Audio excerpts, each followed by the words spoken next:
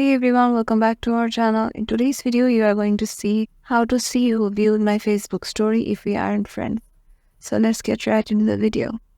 Once you are in your story, head over to the viewer section, and in there you can see the Facebook is showing you the people who have viewed your story. If sometimes you can see that there's others.1 or others.2 notification right there at the last.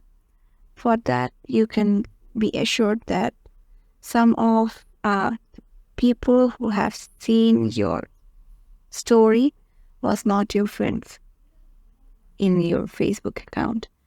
Who are friends, that is already being showed upwards, but who are not is showed like others.1, others.2 or others.3 or whatever it is.